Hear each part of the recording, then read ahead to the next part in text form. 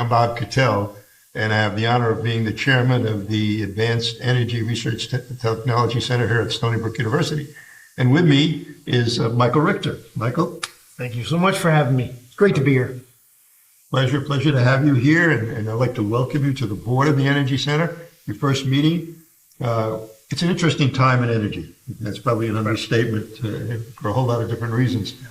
In my opinion, being an old utility guy, the energy industry is going through a major transition, moving away from what I'll call the old traditional fossil fuels into the renewables. And I know that's a space that you're very active in. So maybe you could talk a little bit about your perspective on renewables and what you're doing. Absolutely. First of all, thrilled to be here. It's because of you that I'm on board, and I was so impressed about a year and a half ago when we toured this very facility, and there's so much happening in this space, and so much needs to be happening in this space, right? We were just speaking about how the cloud and the computing and all of these data centers are suddenly totally changing the trajectory of the demand. And so all the above keeps coming out when everybody talks. And my company, Brightcore, I'm president of Brightcore, and we are very much focused on energy efficiency. Why? Because the electron you don't use is the cleanest one. Okay.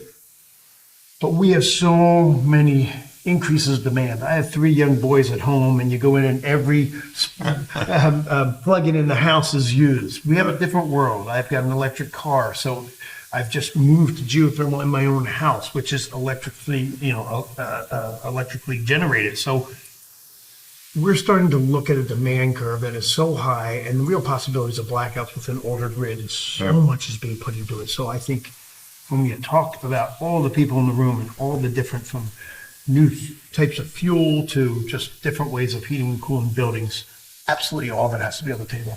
And I think we're going through what I call a transition, mentioning my history growing up in the fossil fuel industry. And I think there's going to be a need for a period of time to continue to use the cleanest of the fossil fuels that we can. Natural gas, I think, will play a role. We'll eventually transition to hydrogen, moving into that much cleaner fuel. I think there's probably a rule, as you mentioned, the electric demand is growing tremendously. I don't think we envisioned that was going to happen, none of us.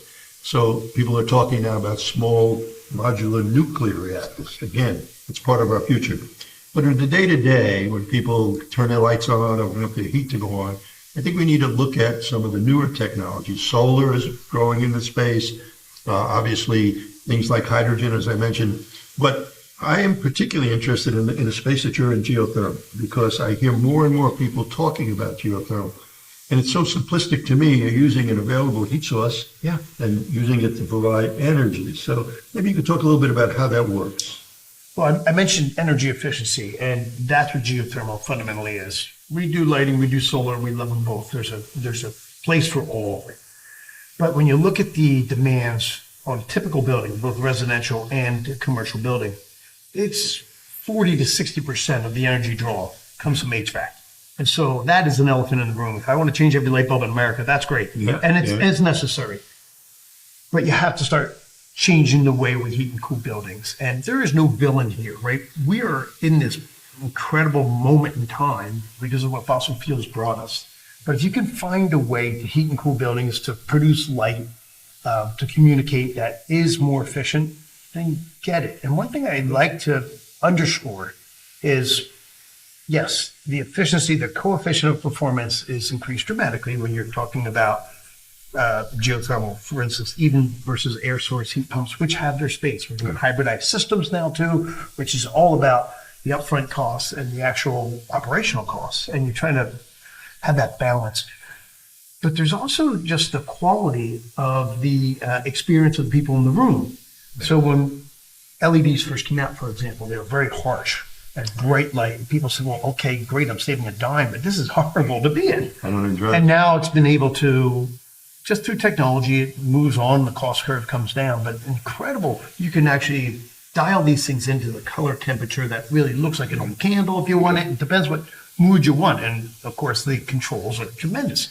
The same thing's happening in an HVAC space where I've changed from an old oil furnace. It's a 100-year-old house, and this thing was a work of art. It worked beautifully, but it came to an end of its useful life. And so moving to this new system, What I didn't anticipate is the word better. And I think we have to get that through our mind. We're a country of innovators and people that rely heavily on technology, and we've done some of the most incredible things across the globe.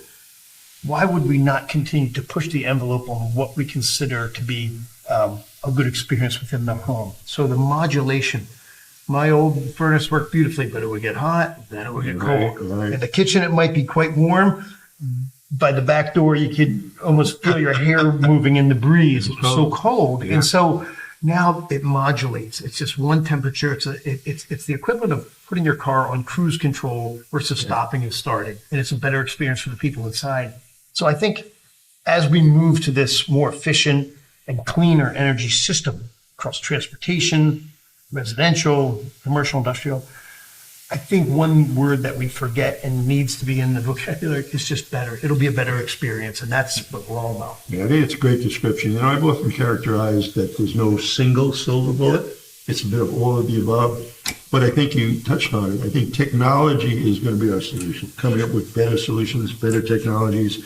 We have a wonderful quality of life in this country and around the world in most places because of energy. 100%. Energy is all that we need. But as we can improve, and one of the roles of the Energy Center out at Stony Brook is to develop those new technologies, which can be commercialized to provide cleaner, reliable. We also have to keep affordable in the picture as well, Michael. As you know, there are many forms of energy which would be interesting, but just couldn't afford them. Absolutely. And unfortunately, many times that burden falls on the people who can least afford to pay. Absolutely. So when you look at a system like the one you're designing, not only does it improve the quality of life, it's affordable. It may even save money in some cases. So you need to put all of those elements together. It's got to be reliable, it's got to be sustainable, and it's got to be affordable. And I think as we look at the new technologies, and we're delighted to have you here now as part of our team at the Energy Center at Stony Brook, because we need people who are out there in the real world doing real projects to tell us what the issues are, what the problems are, where the solutions are coming from.